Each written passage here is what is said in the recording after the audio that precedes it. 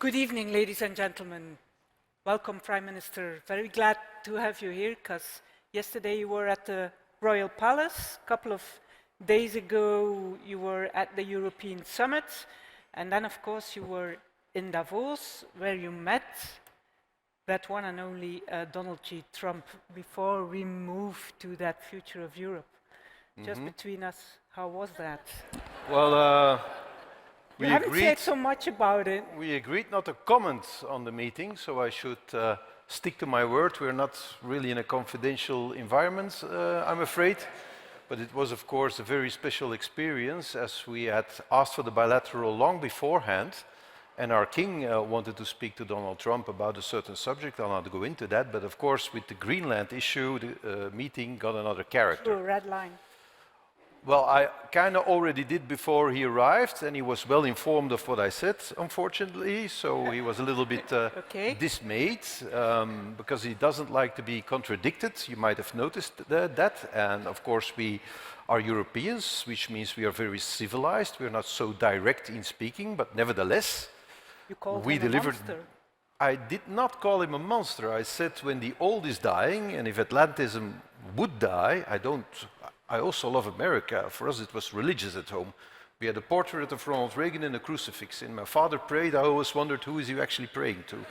That's where I'm coming from. I'm the most pro-American guy you can find. But it needs two to tango. In a marriage, you need to love each other. And if Atlantism comes to an end, globalization will go with it, and we will be the victim of it. And of course, if you are threatened with violence within an alliance, if you don't draw the red line there, well, where will you ever draw it? So we nicely, politely delivered the message. This I can say. I will not say how we reacted to it. But I don't think I will get invited to the White House in the very near future. Let's leave it at that. Okay, that's clear. One of your quotes that was public and went all over the world was, "Being a happy vassal is one thing, being a miserable slave is another," about Europe and that transatlantic relation. How do you feel now, really? Okay. As a happy vassal or a miserable slave, yes. Is that the question? Well, that is the question, of course. Trump is not wrong about everything. We have been freeloading, we have become addicted to the peace dividend.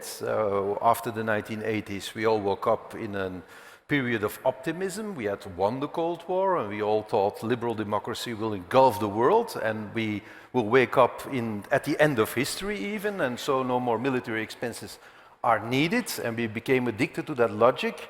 The writing was on the wall. When President Obama took the oath, he said, "I'm the very first Pacific president," so the burden shift of America turning its face towards the Pacific, and of course the rival that is China, is a very logical and a very structural thing. This will not change after Trump, but Trump added another layer to it, because Obama already urged us to do what we needed to, and we didn't do it. Trump added another layer to it, and that is, of course, that he is hostile towards the idea of the European Union. When he says he loves Europe, he means that he actually loves 27 countries who would live in vassalry or tends towards slavery. The only economy large enough to stand up to him is the economy of the European Union, and he doesn't like it. Yeah. So he added a layer of imperial thinking. Yeah. When the war in Ukraine started in 2022, I thought, we're back in the 1980s. We have a tyrant in the east, we have an autocrat, it's tyranny, they're invading a democratic country who wants to belong to the free West. So that totally the fabric of the 1980s, and we will have the leader of the free world who will come to Europe, just like Ronald Reagan in 1987, when he said, "Mr. Gorbachev, tear down this wall." It was the first time I saw my father cry. One never forgets these things. We saw the leader of the free world. We stood for values, we stood for democracy, the sovereignty of the people, and the rule of law. And I thought we will see the leader of the free world saying, "Mr. Putin, get out of Ukraine." But we didn't. The opposite is the case. Well, we didn't see it. We see an American administration that says between Putin and Zelensky, we don't take sides. So between tyranny, invading democracy, the United States says we don't take sides. Then you know you're not in the 1980s, you're in the 1880s. This is a new age of imperial thinking, with imperial hemispheres. But what do you and do with then? gunboat diplomacy, saying you'll get out of Greenland or I'll send in the troops. It is a very harsh awakening. And that layer, maybe that will disappear after Trump, but we cannot bet on that. It could get better or it could get even worse. So we need to do our homework. We should have woken up and smelled the coffee a long time ago. That's my question, and let's try to be clear. What's the strategy of Europe then? Because on the one hand, I hear Mr. Hoekstra, many Europeans saying we're on our own for defense and security policy. Well, we're not yet on our own. On the other hand, we say, like Mark Rutte said, well, we cannot do without the US. Mm-hmm. What's the strategy? What's the strategy? Europe in a strategy. We do talk a lot about a strategy. We're trying to find one. Of course, you can laugh at Europe. We're always very slow. We talk a lot. But the upside of it, we have normal leadership, we are respectful, we have the rule of law, we are predictable, and we could be the North Star of the world that still loves multilateralism and the rules-based economy and respectful trade, and that could be the upside of it. But the downside is, of course, having neglected our military capacities. We have no global military capacities. We're a herbivore. We now realize we're in a world of carnivores, China and the United States. And we're a herbivore, we have no military capacities, we need them, global. That means that we have to integrate Europe at levels that we never considered doing, and that we have to spend a lot more on defense, and that it will take us at least 10 years to get there. In that time, we are dependent on NATO cooperation. And I hope after these 10 years we can continue, but we're not sure, because it will take two to tango. On the other side, we were addicted to cheap fossil oil flowing in from Russia. Because I have some reservations at what the commissioner said, I must say, about our transition towards sustainability and competitivity. I have reservations, but the truth is we were also addicted to the cheap fossils. And with the war in Ukraine, those also got cut off. What should China we do with is that? profiteering from the war. They're getting the cheap oil, the cheap gas. America is no longer supporting Ukraine. They're selling us the arms. And we are stuck with bills. Crazy energy prices. We have to finance Ukraine. And we're incapable of delivering the military capacity to actually put an end to the conflict. So we're financing a war with no strategy. We're giving money to Ukraine, auto, non-ferro, we don't have the iron, so we give the gold. But to do what exactly? To keep that war going for... What should we do then exactly concerning energy? Because you say, well, I disagree a bit with what Mr. Hoekstra says. I don't dare to disagree with the European Commission, but... There's always a but. I think that competitivity, productivity, innovation are the three horses. Sustainability and the Green Deal, that's the carriage. And I have the impression that with the cheap fossils coming in from Russia, and depending on the big stick, the guy with the big stick was with the United States, was shown us now that he can use the big stick against us. And that's a pivotal moment. That's a pivotal... This we have never seen. He no longer does what we want. Okay, but that he dares to threaten us with the big stick, it is a pivotal moment. So now we see all our weaknesses, and we must admit, maybe we put the carriage before the three horses and made life extremely complicated with environmental rules that make it impossible to provide in our own energy needs, that make it impossible to mine for rare minerals in Europe. We have no military capacity to provide for them elsewhere. Africa, Chinese are everywhere. South America, Africa, we are nowhere. We made our life extremely hard. We've made dogmatic choices against nuclear energy, which was the stupidity of the century. We're still there now. We're trying to come back from, and we're far from there now. I've talked to, I had a negotiation in Davos with the CEO of Engie. If you talk about happy vassalry or slavery, but we've put ourselves in a very hard space. Nuclear energy, some things are irreversible. That's what I wanted to say, but I think we can hold on to the capacity of the two youngest reactors we have. There's also new technological possibilities like SMR. We have cooperations that we could seek with our neighboring countries, like the Dutch, like the French, who made intelligent energy choices, the French in any case. So there are possibilities to redevelop, but it will take a lot of time. So we made dogmatic choices, but the worst is we are still making dogmatic choices in Europe. There's still not technological neutrality in the policy of Europe. I'll give you an example. I was at the North Sea Summit, you forgot. Between were at the all North that Sea stuff, Summit in also. Monday I was in Hamburg for the North Sea Summit, of course to announce we have large ambitions to make offshore energy on sea, and we say this with a straight face, but what you actually hear at the round tables is not so positive. We're unable to finance these projects. And why are we unable to? Because it's very, very expensive. So the wind guys, I had a round table with all the wind guys, they sell wind. Also It's in a bit- your... It's a bit like a politician. It's competition, we sell wind. So they say, well, the wind on sea, I say, what do you need? They say, well, if we have the wind on sea, the production is unpredictable, we cannot, there's demand and production, and the gap between it, we will electrolyze on the sea and we will produce green hydrogen. I say, that's brilliant, sounds extremely expensive. I said, what do you need from me? He said, well, you, politician, Europe, you should create a market for green hydrogen. Then I feel like I'm in the Soviet Union. If a politician has to create a market, this sounds like subsidies until eternity. And I asked these people, okay, green hydrogen, but how do you feel about blue and purple hydrogen? They looked at me like a heretic that walked into the church and just spit in the holy water. If you want to jump from where we are to heaven, that sounds like very expensive. And of course, it's impossible. I had in Davos a meeting with the family Mittal, the steel mill in Ghent, and they say, okay, if we have to do all that, and we have to work with a very expensive energy, then the economic environment in Europe we can no longer invest unless if you pay for it. Yeah. And we are actually doing that. And you are we will already lose. paying with the Flemish government for ArcelorMittal. We have no 1 choice. billion. We have no choice because Europe, who should create a level playing field, is opening the door and more and more for state aid. This means in France, very rich country with no debts and a high surplus, that they say if Mr. Mittal goes to the Élysée, Macron says tout ce qu'il vous faut, so they get white certificates. So now we also have to pay for the OPEX, for the CAPEX, for the OPEX, for everything. Where does that lead us? So that's still the reality of Europe. We say on the timetable we have flexibility, but the timetable is still there. And the timetable is stricter than the other large economies who don't have all these rules. So are we pragmatic enough to say sustainability is the carriage and it goes together with the horses that are competitivity, innovation and productivity?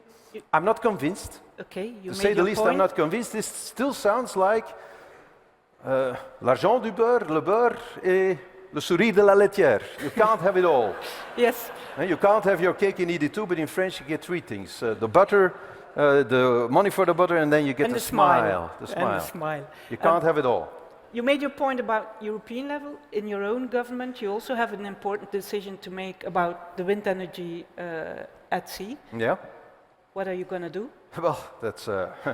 we inherited that from the previous government, where we had an environmentalist party in the government, which always, in my view, sorry for saying that recipe for total disaster, who said, nuclear we don't need anymore, that's a technology for ludicrous people, we'll do it all with renewables, and we'll build an energy island, and that we will have an AC-DC connection to the United Kingdom, and it will all work out fine, and we've never been so sure of our energy provision as we are today. At the same time, you will have a shortage in a couple of years' time. Yeah, because of all that. Because it's daydreaming. It's hugely expensive.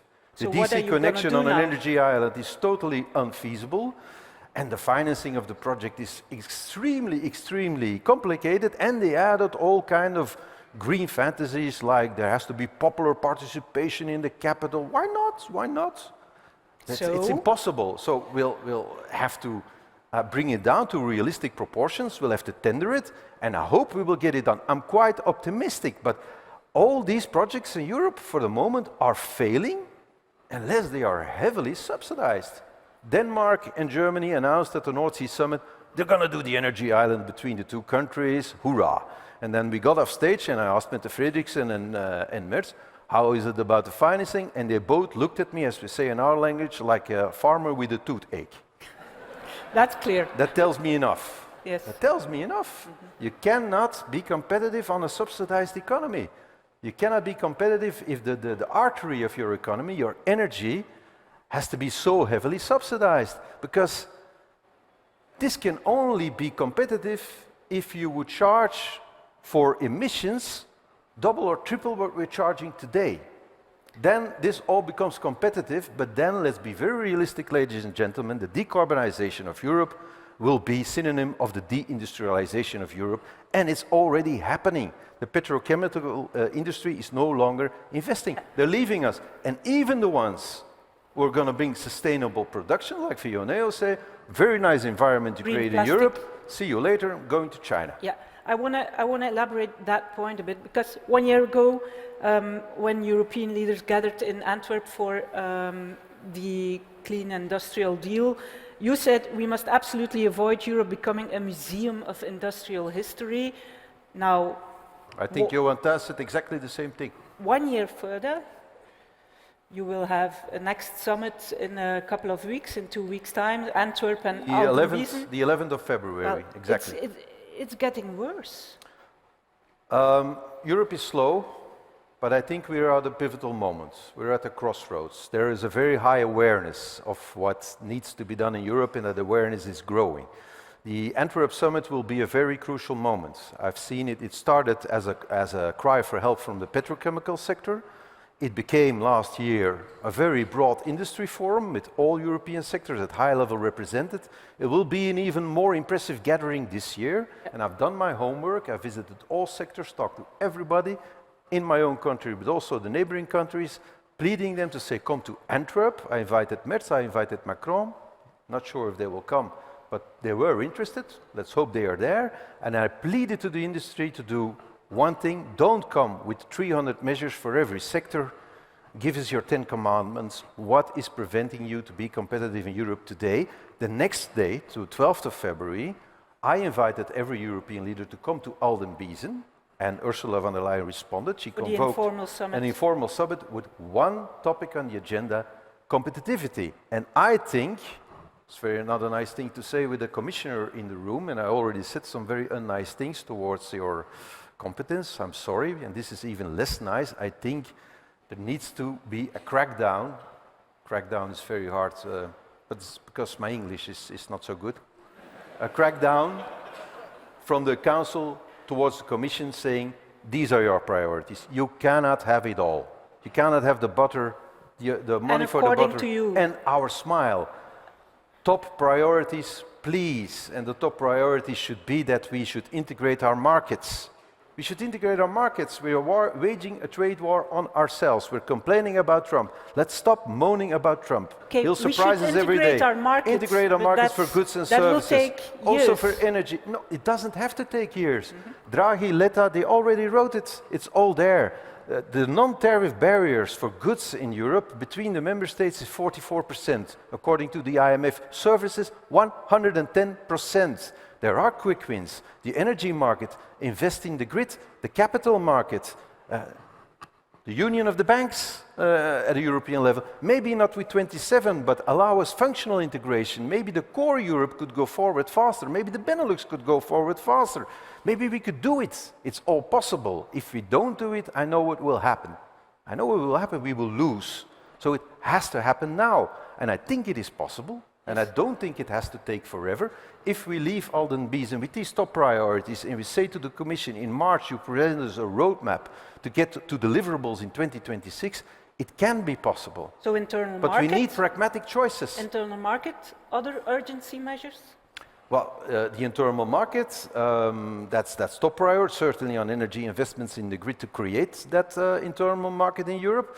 And I also think that the opportunity I talked about, the rest of the world looking at us for rules-based trade, we need to engage in free trade agreements. It is, for me, I'm ashamed as Belgian Prime Minister that Belgium still is unable to support full-heartedly the Mercosur agreement. This is really shameful. When are we going to do it? Now that Canada, Australia, New Zealand, Japan, they were all mentioned, the ASEAN countries, India, they're all looking at the two empires, and they're all thinking the same. We don't want to live under the boot of Xi Jinping. We don't want to live under the boot of Trump, that every day can sign an executive order, 25%, 30%, 100% tariffs, comply or die. Yeah. We want another world. Mark Carney talked about this in Davos very eloquently. If we want that world, we have to be the leader of that world. We invented that world. We are the cradle of that world. I hear what you're saying, but even in your own majority, the parties of your own majority... This is why I'm ashamed. I'm not ashamed about myself, you know. I'm ashamed about these other parties.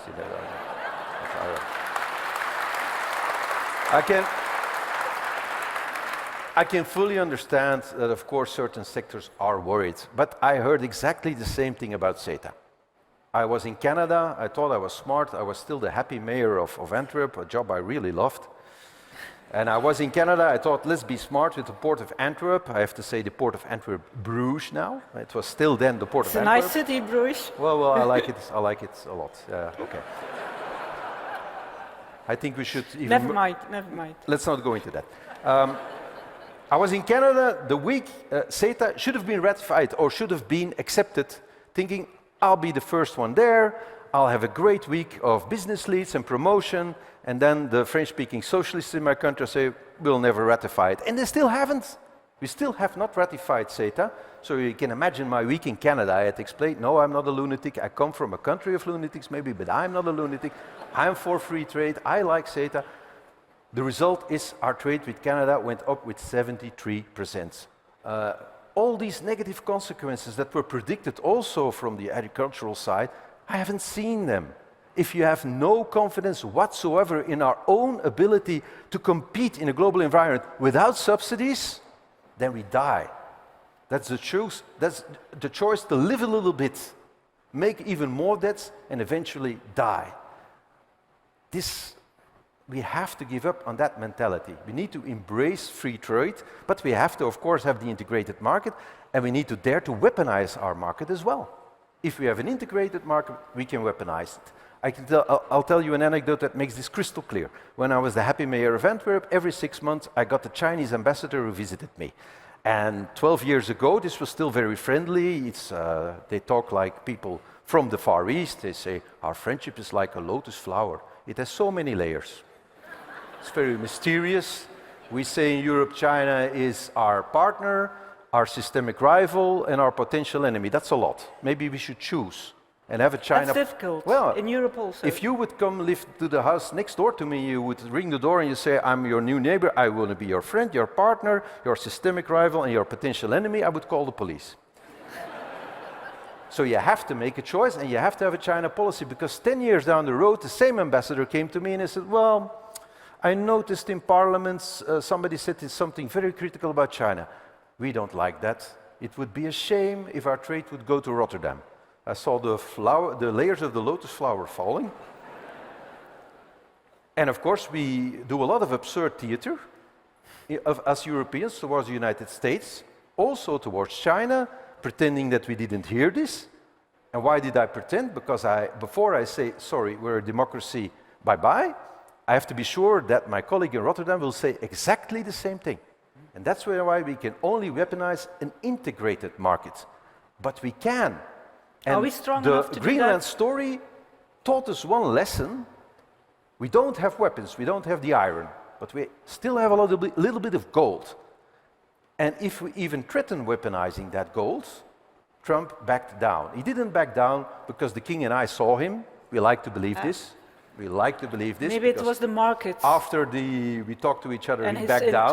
Policies. But I think the polls in America made him back down, but even more so the stock markets. And why did the stock markets go down? Because the Europeans say, here's a red line. We were lenient about the tariffs. Trump is not wrong on everything about the transatlantic trade. He has valid points. Only the way he brings them and the humiliation and the way he lays it on very thick is a bit, it's a bit much. But for the first time, we said, that's the red line. If you cross that, we'll go into a fully fledged trade war. It will be terrible for us, but it will be at least as terrible for you. And he immediately backed down. Are you at ease now, or will Greenland come back? At ease. As the commissioner About said, that subject. just a few days later he made comments about our veterans in Afghanistan who are so humiliating that I don't think he took it well, what happened in Greenland, and the man is full of surprises. The Board of Peace was also one of those surprises where you see this is no longer a world of multilateralism, this is a world of empires, and Europe has to become an empire, but let's become an empire like Eisenhower saw it when he gave his farewell speech. He said the world has to become a confederation where the small come with the same confidence to the table as the large. This is Europe. If we can do that, then we can win. That's a good point. We're here to reflect upon that future of Europe, and it's not because the situation today is has so caught fire. We're doing this for 19 years. Even back when you, Mr. De Wever, you yourself were a sharp critic of Europe. Now you're... No? I was a sharp critic of what Europe was doing. On immigration, I think Europe was foolish. We attracted the wrong kind of immigrants. We need immigrants, but we need to attract the right kind of immigrants, active immigrants that can reinforce our labor market. But our main specialty is attracting immigrants that are actually weighing on the social system, and our citizens see this, and this has fueled the extreme right. I predicted when Merkel said we're schaffen das, we will see now a surge of racism and extreme right in Europe, and it happened. Even in Germany, it happened. A country that we thought would be, for historical reasons, immune, even there it happened, it all came true. So I was against also the environmental policies, the heavy regulation of Europe, but now I see a different Europe. The wind is changing, and I'm a very pragmatic politician. If I see a level of power that I can use, I'll go full throttle. Now I see Europe that is becoming more and more shifting towards the right idea of migration, close the door. And if somebody knocks, look who it is, and then you can let him in or not. But the idea that everybody who is physically able to get into Europe is rewarded by staying there and having a ticket for life, and you're only financing debt on the Mediterranean and the human traffickers, that's all we do, and we're weakening our economy. Everybody realizes this now, not everybody, almost everybody. So this is going to change. The simplification and even deregulation in Europe is now, if you look at the European table, who's talking about this? These are the big guys who are talking about this. I think it's actually going to happen. And the fact that, of course, the big German economy is not growing anymore for 2 years, they're in existential trouble, means that wettbewerbsfähigkeit is going to be the talk of the town at Aldenbiesen. Yeah. So this gives me hope. This is what we need. And being that sharp critic, but now, if you look at that union from within, as a prime minister, in all honesty, is the process of decision-making and the union itself, is it in better shape than you expected, or is it even worse, in all honesty? I must say it looks a lot like Belgium, which is probably the worst thing you can say about any level of power. And also their decisions need to be made. I always listened to Charles Michel when he was president of the European Council. He always talked about the European onion. And I always thought maybe his pronunciation of English is bad. But now I realize the man is a visionary. Because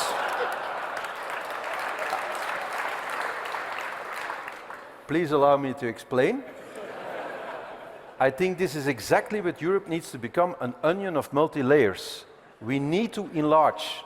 I'm very serious, we need to enlarge, but we need to stop lying. We're playing so much absurd theater. When we meet with the Trump administration, we pretend to like things that we hate, or pretend to not hear things that are actually said. When we're talking to the Chinese, we're doing actually just about the same, but in a more Far Eastern way. It's a lot less explicit and aggressive. But towards Ukraine, we're also playing absurd theater, saying, you can become a member state in 2027. Nobody believes this.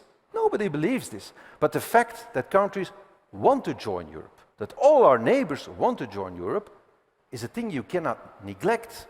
So geopolitical thinking brings me to the idea we need to bring these countries on board, also the Balkan countries, because if choices need to be made in this new imperial order, it is important that we make them choose for us. If not, somewhere in the near future, they will choose for somebody else who is a lot less nice than us. So we need to enlarge. But that can only happen in the onion model with an outer layer, just like the Romans. When you were a neighbor of the Roman Empire, first you could become a socius. They had association with you. If you developed, then you became a foederatus. And eventually, you became a provincia. That's exactly what we need to do. And at the core of the onion, we need to functionally integrate much faster. And I believe that the Benelux should be, again, what it historically was, an example. The core of the onion. We should be the core of the onion. And we did it before. We were Schengen before Schengen existed. Europe joined the Benelux in Schengen. And now I see so many possibilities if we would integrate our labor market, if we would integrate our education, if we would integrate our logistics center, we could become a giant. I talked about, but I know that the Flemish Minister of the Ports will hate me now. She already hates my guts, because I said it at Davos, and she said, don't say it, we'll get in trouble with Europe. You're talking about the monopoly. Totally outdated way of thinking.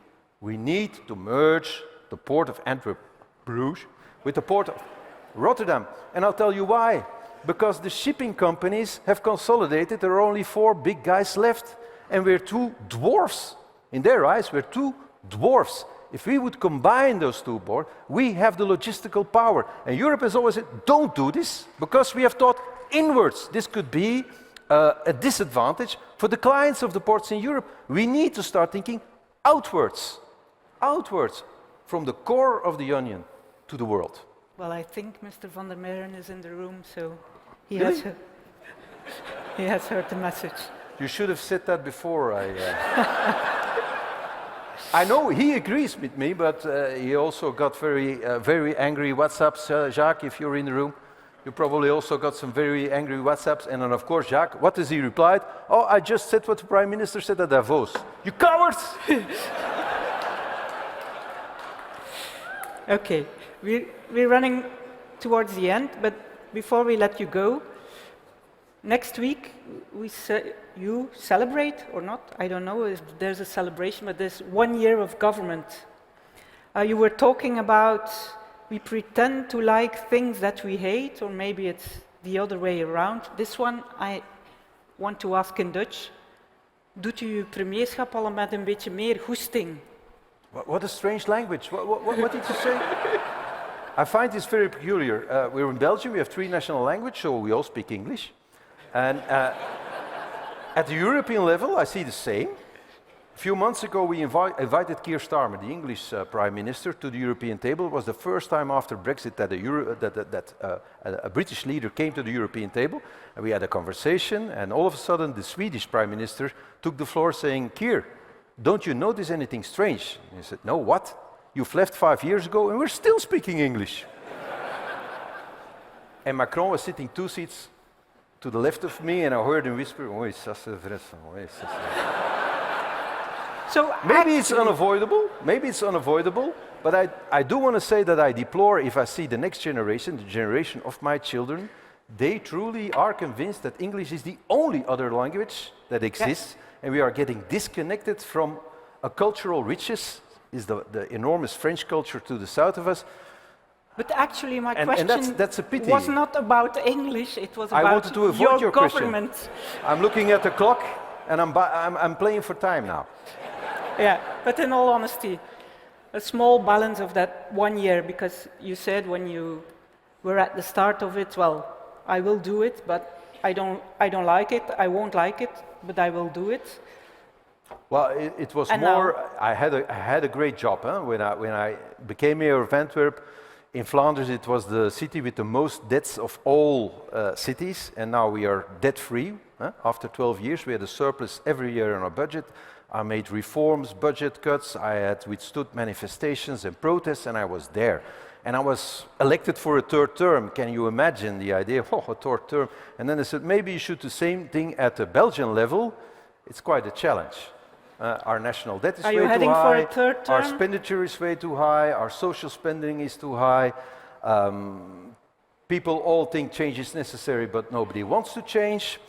We have no buffers. And circumstance that could,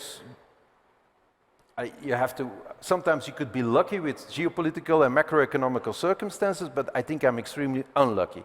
So if you add that all up, it's quite a challenge. We're still Belgium, means 5 political parties in a coalition, which means that, as they say in our language, every agreement I make, I think of a horse and I leave with a camel.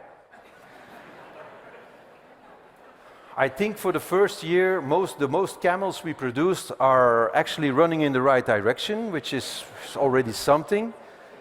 But I'm fully aware that we will not get across the desert with the camels that we have sent out. I hope they can reach an oasis and that we can gather our strengths and maybe make new camels to do the rest of the road. But it is not an easy job. This I can tell you. Do you enjoy it? At a personal level, I must admit that I do enjoy it. And I underestimated the European politics, I must say. I always thought we were a small country, we're not so significant and we're in bad shape, so who will listen to poor little Belgium? But there, of course, our cultural richness, that we are at the border between oil and beer, between beer and wine, and between oil and butter, gives us an advantage. We speak German, we speak French, but more than speaking the languages, we understand the way of thinking. So for matchmaking at the European level, you have an edge. And I kind of managed to use that in and certain... even to enjoy it a little bit. Well, the Euroclear matter, I quite enjoyed playing the game. And I even enjoyed more so winning the game. But bis se vincit, qui se vincit in Victoria, it's not if you win as a small guy, it's better not to talk about it. If it's not coming back. Well, we did enjoy that you shared your thoughts so openly with us. Thank you very much, Prime Minister, and ladies and gentlemen. Give him a big round of applause.